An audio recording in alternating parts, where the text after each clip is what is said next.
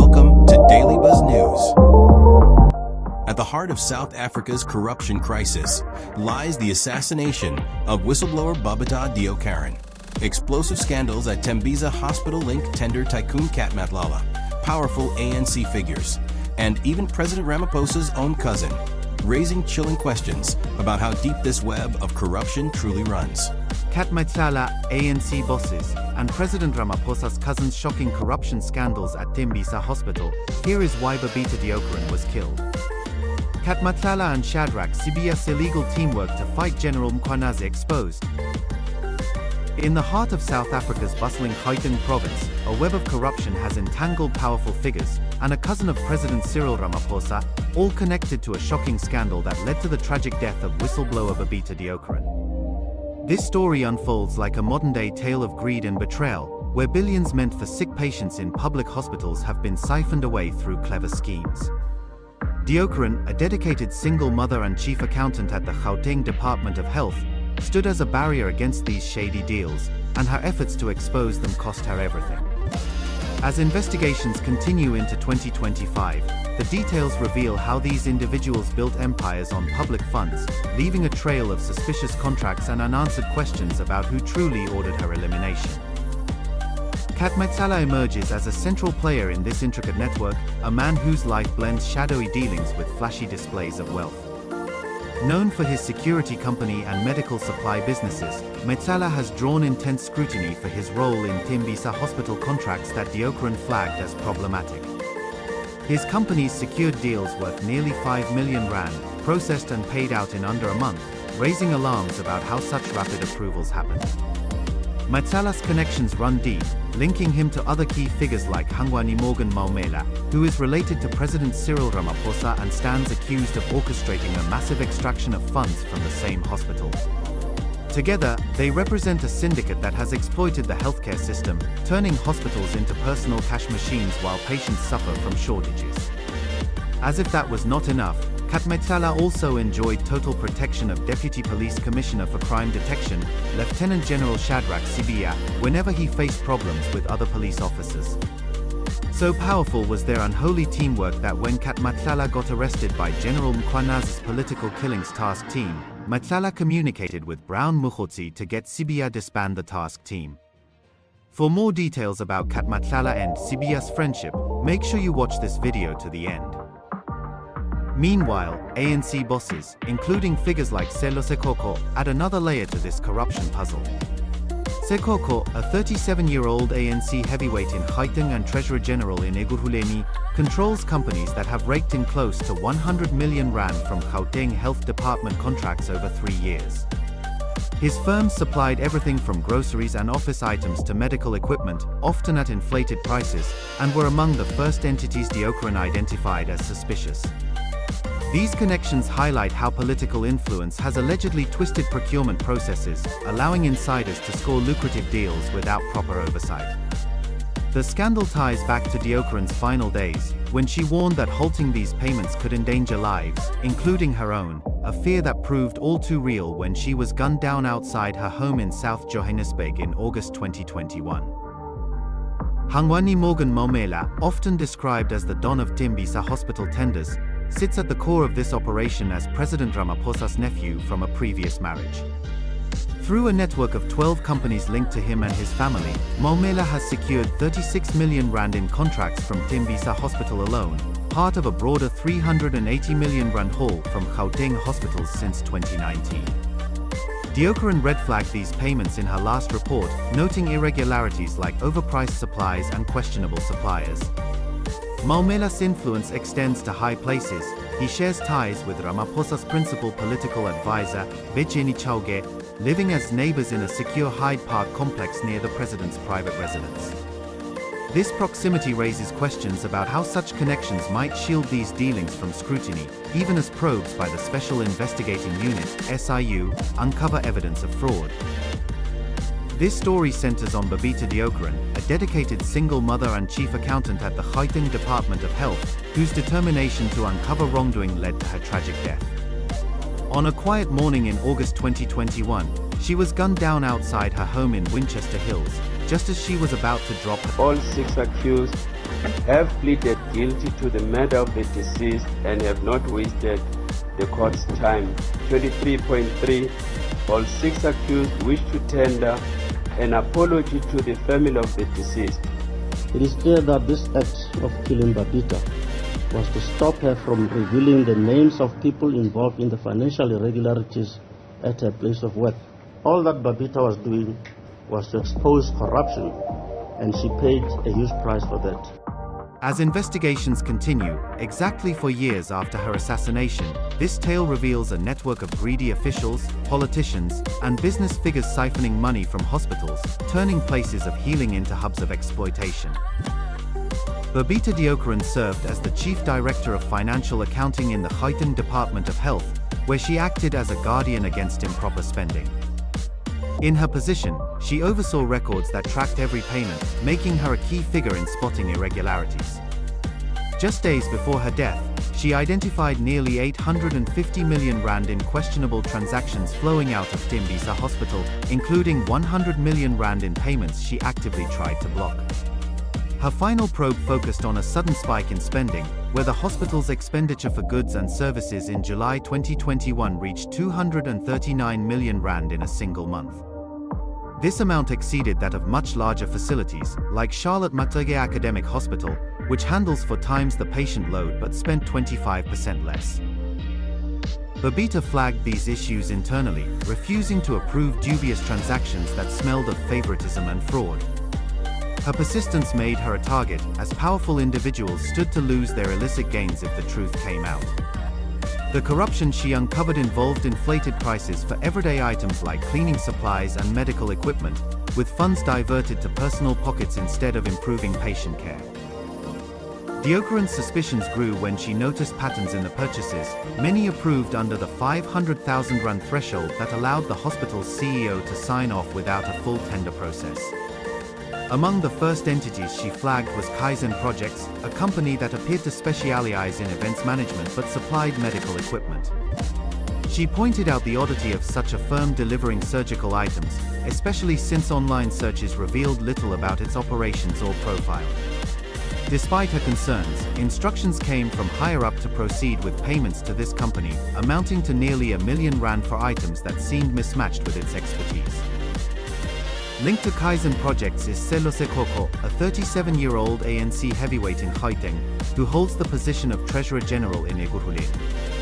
Sekoko controls not just Kaizen but also Nogokoko and Bolanoto Security, all of which secured contracts at Tembisa Hospital for medical supplies and equipment totaling 2.3 million rand initially, but records later showed his companies raked in nearly 100 million rand from Gauteng Health Department deals over 3 years.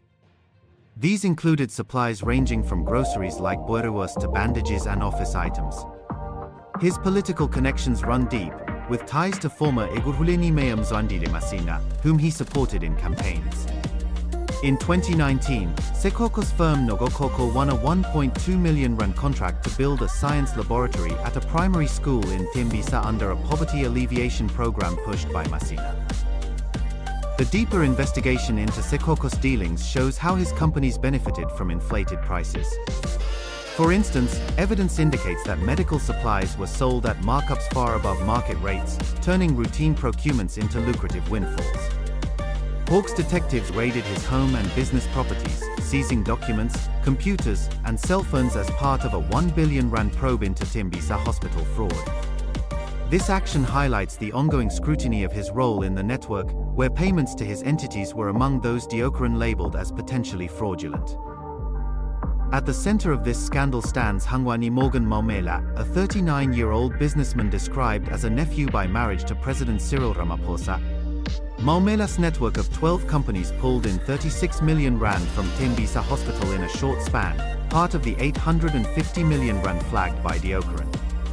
His firm supplied everything from decor to medical gear, amassing 381 million rand in contracts from Gauteng hospitals since 2019, with over 90% coming from Tembisa alone. Maumela's influence earned him the nickname the Don within the department, granting him direct access to procurement officials. Sources describe how he held sway over hospital management, ensuring his companies received preferential treatment. Deokaran specifically red-flagged 36 million rand in payments to his linked entities, expressing fears that blocking them could endanger her. Beyond the contracts, Matlala's family built a staggering property empire, acquiring homes worth 280 million rand across places like Zimbabwe, Camps Bay, and Sandton in just 5 years. His mother, Mboneni Matlala, a 66-year-old retiree, purchased 2 Sea Point flats for 30 million rand combined in March of a recent year, further expanding the portfolio to over 310 million rand. These acquisitions raise questions about the source of funds, especially since her background as a former civil servant does not align with such wealth. Recently, Matlala has been offloading properties, including a 14 million rand Hurlingham mansion sold in April through a boutique agency that allegedly knew of his SIU investigation but proceeded discreetly. The Special Investigating Unit has recommended prosecuting Matlala for fraud, citing fake documents used to secure contracts. His cousin, Aluani Matlala, also benefited from the schemes, contributing to the family's dominance in hospital supplies. Tembisa Hospital itself became a hub for dubious deals, processing over 1,200 purchase orders worth more than 600 million rand in 4 months. Auditors later examined a sample of 18 payments and found every one irregular, with officials tampering documents to favor hand-picked companies. For example, 500,000 rand went toward 100 leather wingback chairs, an extravagant expense amid staff shortages and overcrowding. Another 500,000 rand covered 200 pairs of skinny jeans for young girls, bought during the COVID-19 pandemic's third wave when resources were critically needed elsewhere. This deal went to Inez Chaste, one of 10 companies controlled by retired soccer star Themba Shabalala and his wife Evelyn. Even more bizarre, the hospital spent 500,000 rand on 6 tons of frozen chicken through Feg Holdings, a company operating from a rundown house in Benoni. Investigators found falsified documents and prices nearly double the market rate, with procurement rules ignored. Overcrowding and funding shortages plagued the facility, yet millions flowed to letterbox companies, entities existing only on paper with fake addresses. 20 such firms, controlled by just 4 people who registered 5 each on the same day, received nearly 60 million rand. Husband and wife teams also cashed in, like Christine and Avikash Seniorian, who control 5 companies each and landed 30 million rand in contracts within a month for items like ventilators and ICU beds. Christine works part-time as a call center agent, and Avikash as a sound engineer, yet their firms supplied high-tech medical equipment without proper licenses, now under Hawk's investigation for illegal trade. The South African Health Products Regulatory Authority has targeted them for violations. The Mazibuko family dynasty controls 17 entities that Deokaran flagged, pulling in millions from Tembisa and other Gauteng facilities. On one day in February 2021, the hospital paid 19,600 rand for 4 heavy-duty plastic buckets, 2 red and 2 blue, at a markup of nearly 5,000% above fair price. Deokaran confided in colleagues about her worries, noting that withholding payments from Tembisa might alert those involved and put lives at risk. She messaged her boss, Chief Financial Officer Lerato Medio, expressing these fears and urging an investigation. Medio responded by requesting approval from higher-ups, but evidence shows she delayed escalating the report. In fact, Medio only mentioned Deokaran's safety concerns to superiors on the day of the assassination, and the full probe Deokaran requested was never formally pursued. Medio later instructed payments to proceed to politically connected firms, admitting discomfort in dealing with politicians. Her cell phone, containing key WhatsApp exchanges with Deokaran, was stolen before police could analyze it, complicating the investigation. Medio had been suspended for 2 years before handing over her resignation, but the department's internal audit, launched after Deokaran's flags, sat buried for over a year, with recommendations for urgent probes abandoned. The Special Investigating Unit's preliminary findings reveal networks of shell corporations banking over 1 billion from the hospital, with Matlala and another figure, Stefan Govindraju, at the helm. Govindraju emerged as a new controlling force, taking over 54 entities that scored 116 million rand in deals, accounting for nearly a quarter of Deokaran's flagged list. In a 48-hour span, directors resigned en masse, ceding control to him. His companies, often shells with false addresses, supplied luxury furniture and unregulated medical gear. Govindraju has ties to the broader network, including bank tellers, call center workers, and sound technicians who became sudden millionaires. The SIU recommends fraud charges against him, citing fake documents. His reach extends beyond Tembisa, with 5 more companies under scrutiny for irregularities in other hospitals. Ashley Mthunzi, who was the Tembisa Hospital CEO at the time, approved many of these payments and had sought ANC connections to counter media scrutiny, contacting party communications to arrange meetings amid unanswered questions. Officials who enabled the schemes remained in positions, with some still handling procurement. Mthunzi eventually got suspended and mysteriously died in April last year after a very short illness. Deokaran's family has received little update from police on the mastermind behind her killing. 6 alleged assassins faced murder charges, but the paymaster probe stays open. She was ambushed outside her home in Winchester Hills, South Johannesburg, after dropping her daughter at school, succumbing to 9 gunshot wounds in hospital.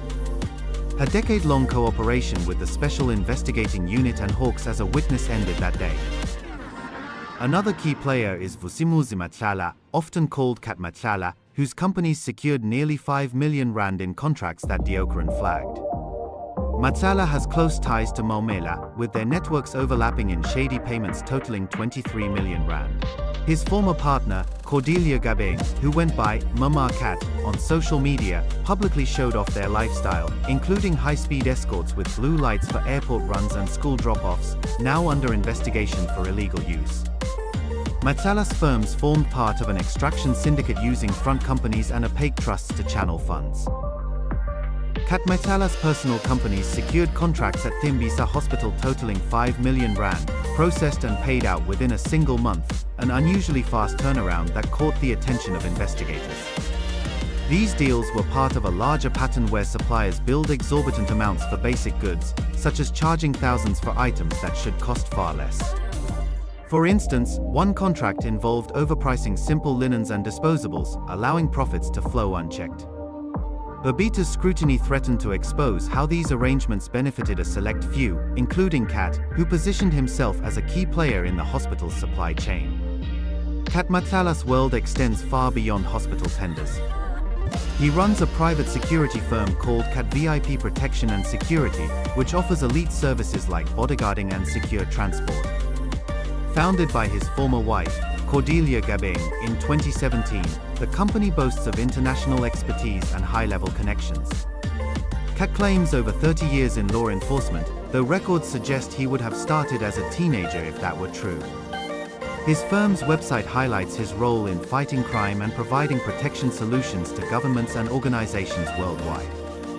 Yet, beneath this polished image, Kat's past includes multiple brushes with the law. Police databases show he has been investigated 13 times for various offenses, including theft, possession of stolen property, housebreaking, robbery, and attempted murder, though all cases were mysteriously withdrawn, or he was controversially acquitted. One particularly telling incident occurred in 2016, when Kat and 3 others were arrested in a Santon shopping mall basement during a police sting. Authorities discovered 3 assault rifles, reflective police vests, and a police radio inside a suspicious vehicle. Among those detained was Kagiso Letwaba, a known hitman linked to a Czech crime boss, who had escaped custody after a long prison sentence for a high-profile assassination. Letwaba faced further charges and conviction, but the case against Matlala was dropped, adding to the aura of untouchability that surrounds him. Rumors swirl about how Kat earned his nickname, with some saying it stems from surviving a near-fatal shooting, like a cat with 9 lives. When pressed, he dismisses such stories with a laugh, but his ability to evade consequences speaks volumes. Kat Matlala's influence reaches into the upper echelons of law enforcement, allowing him to bend rules to his advantage. In 2021, he obtained a memorandum from the acting chief of the Eguhuleni Metro Police Department, Brigadier Julius Mkhwanazi, authorizing 6 of his security vehicles to use blue lights, equipment reserved strictly for official police use. This document listed the vehicle's details and praised the endless partnership between Kat's company and the department. In reality, Mkhwanazi had registered these cars under the municipal fleet, exempting Kat from fines and licensing fees, with taxpayers covering the costs. When this arrangement came to light through journalistic inquiries, it sparked an internal probe. Evidence pointed to fraud, leading to Mkhwanya's 3-month suspension and recommendations for disciplinary action and criminal charges. However, the suspension ended without a hearing, and Mkhwanya's not only returned to work but received a promotion to Chief of the Metropolitan Police. Meanwhile, officers who investigated him faced demotions and other repercussions, highlighting how Kat's connections protect those in his circle. Further entanglements show Kat Matlala's reach into national police structures. Before his arrest, he had direct access to high-ranking officials, including the national head of detectives, Lieutenant General Shadrach Sibiya. Matlala's links to high-ranking cops run even deeper. When he rushed to court to get his watch, guns, and cell phone back, he revealed in his court papers that he enjoyed access to the police's national head of detectives, Lieutenant General Shadrach Sibiya. This is probably why General Mkhwanya's refers to Sibiya as a criminal when he says there can never be peace between a police officer and a criminal. The Minister of Police invited and facilitated the peace talk between myself, the Provincial Commissioner of KwaZulu-Natal, and the Deputy National Commissioner, Lieutenant General Sibiya, in his office, in his house, State House, official residence in Pretoria. The National Commissioner was present, but he just kept quiet because it was not his meeting. The Minister of Police felt that he must make me and General Sibiya to find peace. Surely, there can never be peace between a criminal and a police officer. Matlala's company, registered in 2019 and based in a Boksburg strip mall, provides occupational health services. Its website promises world-class solutions for corporates and individuals, emphasizing efficient teams and affordable care. Yet, despite Matlala's ongoing investigations for fraud related to Tembisa hospital deals, Medicare secured a 3-year contract worth 360 million rand to deliver health services to the South African Police Service's 180,000 employees across 9 provinces. This award raises serious concerns about oversight. The tender was previously held by a major JSE-listed insurer, Metropolitan, which had the scale to manage such a vast operation. In contrast, Medicare was a small entity that nearly faced deregistration in 2023 for failing to file annual returns. Red flags abounded. Kat's implication in procurement scandals, including falsifying bid documents, should have disqualified him. Probes by the Special Investigating Unit, the South African Revenue Service, the National Prosecuting Authority, and the Hawks were active at the time. Yet, the Bid Adjudication Committee approved the deal, allowing a businessman with a questionable history to profit from public funds meant for police wellness. When journalists sought transparency by requesting tender documents, police officials refused, citing internal processes while insisting everything was legitimate. This lack of openness only fuels suspicions of favoritism. This is where Sibiya can be placed in close proximity to the one-time thief-turned-businessman. In one instance, when Matlala's company, Medicare 24 Tshwane District, encountered barriers in setting up operations at a police college after winning a tender, he called on Sibiya to intervene. Sibiya's conflict in this scenario was patent, clearly revealing Kat's reach in law enforcement. These details confirm what Lieutenant General Nhlanhla Mkhwanazi said during his 6th of July national press conference, that underworld businessmen from Gauteng like Kat Matlala have captured the police force and other arms of the state security. And I can confirm before the South Africans today that the investigation which these members were involved with in Gauteng has unmasked the syndicate. And this syndicate involves, amongst others, politicians who are currently serving in Parliament. The law enforcement officers include the members of the South African Police Service, the Metro Police, and Correctional Services. General Mkhwanazi, who is also the Political Killings Task Team's national convener, a special unit that arrested Kat Matlala in December last year, said the task team was disbanded as a way of protecting Kat Matlala and other drug cartel mafia whose deals were being investigated by the task team. On the 1st of January 2025, Brown Mukhotsi, an associate of the suspended police minister, Senzo Mchunu, sent a message to businessman and murder accused, Kat Matlala, in which he stated that he has arranged a meeting between Minister Senzo Mchunu and the Deputy National Commissioner for Crime Detection, Lieutenant General Shadrach Sibiya, to dissolve the Political Killings Task Team that had arrested Matlala. On the 1st of January 2025, Mr. Brown Mohotsi, sends a WhatsApp to Vusi Muzi, Cat Matlala, and it reads as follows, I quote, "I have arranged a meeting for Sibiya and the minister. They must have a solution." And it follows another message. "The task team that came to your house and harassed you have been dissolved. They got the letter on Monday. As we speak, they are bringing all docket to Sibiya." On the 2nd of January 2025, Matlala received a copy of the letter disbanding the political killings task team from Brown Mohotsi, which suggests that the alleged meeting between Senzo Mchunu and Sibiya had yielded Cat Matlala's intended results. On the 14th of May this year, 2025, the task team arrested Vusi Muzi, who is also known as Cat Matlala, for an attempted murder ×3. Thanks for watching.